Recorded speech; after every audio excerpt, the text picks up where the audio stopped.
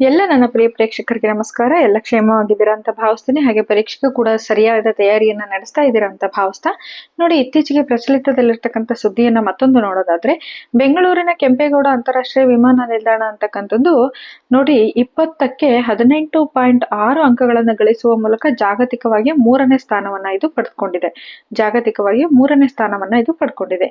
ಏನಪ್ಪಾ ವಿಚಾರ ಅಂತಂದ್ರೆ, ಬೆಂಗಳೂರಿನ ಕೆಂಪೇಗೌಡ ಅಂತಾರಾಷ್ಟ್ರೀಯ ವಿಮಾನ ನಿಲ್ದಾಣ ಅಂತಕ್ಕಂಥದ್ದು ಕುಟುಂಬ ಸ್ನೇಹಿ ಪ್ರಯಾಣದ ಸೌಲಭ್ಯವನ್ನ ಮೌಲ್ಯಮಾಪನ ಮಾಡುವ ಸಮಗ್ರ ಅಧ್ಯಯನದಲ್ಲಿ 20 ಅಂಕಗಳಿಗೆ 18.6 ಅಂಕಗಳನ್ನು ಗಳಿಸುವ ಮೂಲಕ ಇದು ಈ ಒಂದು ಸ್ಥಾನವನ್ನ ಪಡ್ಕೊಂಡಿದೆ.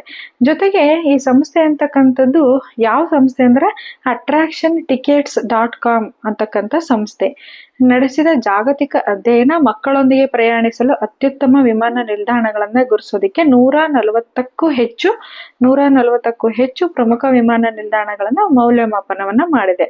ಅದರಲ್ಲಿ ಈ ಕೆಂಪೇಗೌಡ ಅಂತಾರಾಷ್ಟ್ರೀಯ ವಿಮಾನ ನಿಲ್ದಾಣ ಅಂತಕ್ಕಂಥದ್ದು ಜಾಗತಿಕವಾಗಿ 3ನೇ ಸ್ಥಾನವನ್ನ ಪಡ್ಕೊಂಡಿದೆ. ಈ ಕೆಂಪೇಗೌಡ ಅಂತಾರಾಷ್ಟ್ರೀಯ ವಿಮಾನ ನಿಲ್ದಾಣದಲ್ಲಿ ಪ್ರಮುಖ ಸೌಲಭ್ಯಗಳು ಏನೇನಿದೆ, ವಿಶೇಷ ಮನ್ನಣೆ ಏನೇನು ದೊರೆತಿದೆ ಅಂತ ಹೇಳಿದ್ರೆ, ಇಲ್ಲಿ ಸೆನ್ಸರಿ ರೂಮ್ಗಳಿದಾವೆ.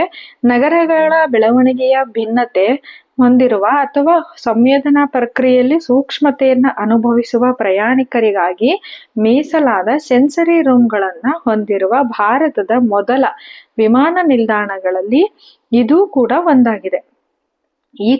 ಈ ಕೊಠಡಿಗಳು ಪ್ರಯಾಣದ ಸಮಯದಲ್ಲಿ ಉಂಟಾಗುವ ಆತಂಕವನ್ನ ಕಡಿಮೆ ಮಾಡಿ ಪ್ರಯಾಣಿಕರಿಗೆ ಶಾಂತಿಯುತ ವಾತಾವರಣವನ್ನ ಕೂಡ ಒದಗಿಸುತ್ತೆ. ಮತ್ತೆ ಕುಟುಂಬ ಸ್ನೇಹಿ ಸೌಲಭ್ಯ ಅಂತಕ್ಕಂಥದ್ದು ಇಲ್ಲಿದೆ. ಶಿಶುಗಳ ಆರೈಕೆ ಹಾಗೂ ಬಟ್ಟೆ ಬದಲಾಯಿಸುವ ಸೌಲಭ್ಯ ಹಾಗೂ ಸುಲಭವಾಗಿ ಪ್ರವೇಶಿಸಬಹುದಾದ ಓಡಾಟದ ಸ್ಥಳಗಳು ಮತ್ತು ಮಕ್ಕಳಿಗಾಗಿ ಮೀಸಲಾದ ವಿಶೇಷ ಆಟದ ಪ್ರದೇಶಗಳನ್ನು ಒದಗಿಸುವಲ್ಲಿ ಈ ನಿಲ್ದಾಣ ಅಂತಕ್ಕಂಥದ್ದು ಅತ್ಯುತ್ತಮ ಶ್ರೇಣಿಯನ್ನ ಪಡೆದಿದೆ. ಇಲ್ಲಿ ಟರ್ಮಿನಲ್ ಪರಿಸರ ಅಂತಕ್ಕಂಥದ್ದು ಅಂದ್ರೆ ಟರ್ಮಿನಲ್ 2ರ ಶಾಂತಿಯುತ ಹಾಗೂ ಆಧುನಿಕ ವಾಸ್ತುಶಿಲ್ಪ ಅಂತಕ್ಕಂಥದ್ದು ಅಂದ್ರೆ ಉದ್ಯಾನವನದೊಳಗೆ ಟರ್ಮಿನಲ್ ಪರಿಕಲ್ಪನೆ ಕುಟುಂಬಗಳಿಗೆ ಒತ್ತಡ ರಹಿತ ಹಾಗೂ ಆಹ್ಲಾದಕರ ವಾತಾವರಣವನ್ನ ಕೂಡ ಇದು ನಿರ್ಮಿಸಿದೆ ಅಂತಕ್ಕಂಥದ್ದು ಇದಿಷ್ಟು ವಿಚಾರ.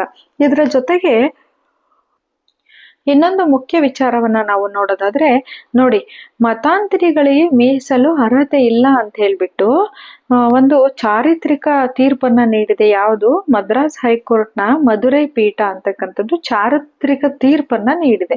ಏನು ಅಂತ ಹೇಳಿದ್ರೆ ನೋಡಿ, ಹಿಂದೂ ಧರ್ಮದಿಂದ ಇಸ್ಲಾಂ ಧರ್ಮಕ್ಕೆ ಮತಾಂತರಗೊಂಡವರು ಹಿಂದುಳಿದ ವರ್ಗ ಕೋಟಾದಡಿಯಲ್ಲಿ ಮೀಸಲಿಗೆ ಅರ್ಹತೆಯನ್ನ ಪಡೆಯಲ್ಲ ಅವರು ಅಂತ ಹೇಳ್ಬಿಟ್ಟು ಮದ್ರಾಸ್ ಹೈಕೋರ್ಟ್ನ ಮಧುರೈ ಪೀಠ ಅಂತಕ್ಕಂಥದ್ದು ಚಾರಿತ್ರಿಕ ತೀರ್ಪನ್ನ ನೀಡಿದೆ. ಏನು ಈ ತೀರ್ಪಿನ ಸಾರಾಂಶ ಅಂತ ಹೇಳಿದ್ರೆ, ಇಸ್ಲಾಂಗೆ ಮತಾಂತರಗೊಂಡವರು ಮುಸಲ್ಮಾನರೇ ಹೊರತು ಈ ಹಿಂದೆ ಇರ್ತಕ್ಕಂಥ ಹಿಂದಿನ ಧರ್ಮದ ಜಾತಿಗೆ ಸಂಬಂಧ ಇರೋದಿಲ್ಲ.